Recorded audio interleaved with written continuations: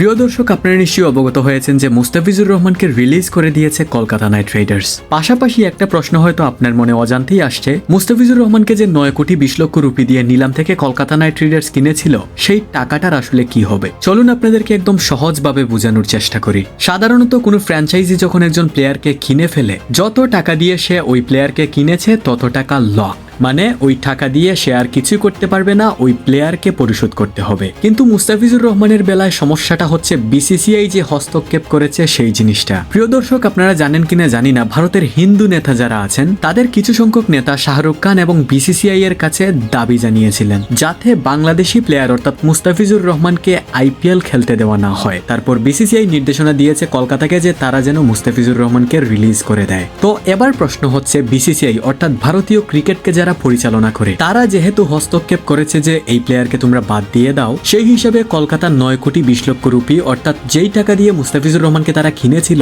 সেই সম্পূর্ণ টাকা কলকাতা নাইট রাইডার্স ফেরত পাওয়ার দাবি রাখে। অর্থাৎ এই টাকাটা মুস্তাফিজুর রহমান পাবেন না। তবে এখানেও একটা টুইস্ট আছে। মুস্তাফিজুর রহমান যদি ভবিষ্যতে বিসিসিআই এর বিরুদ্ধে এই ক্ষতিপূরণের কোনো ব্যবস্থা নেন, তাহলে সেই বিষয়টা নিয়ে তৈরি হবে আরো বিরাট বিতর্ক। এবার প্রশ্ন হচ্ছে, মুস্তাফিজুর রহমান কি এমনটা করবেন? বেশিরভাগ ক্ষেত্রেই উত্তর হতে পারে না, মুস্তাফিজুর রহমান এতটা ঝামেলায় জড়াতে চাইবেন না। অন্যদিকে মুস্তাফিজুর রহমানকে কেনা টাকা দিয়ে আরেকজন প্লেয়ারকে অনেক ইজিলি কিনতে পারবে কলকাতা নাইট রাইডার্স, যেই নিয়মটা অন্যান্য ফ্র্যাঞ্চাইজিদের জন্য না। শুধুমাত্র কলকাতা এটা করতে পারবে, কেননা বিসিসিআই এর হস্তক্ষেপের কারণে তারা একজন প্লেয়ারকে রিলিজ করেছে। প্রিয় দর্শক, আশা করি আপনারা বিষয়টা অনেক সুন্দরভাবে বুঝতে পেরেছেন।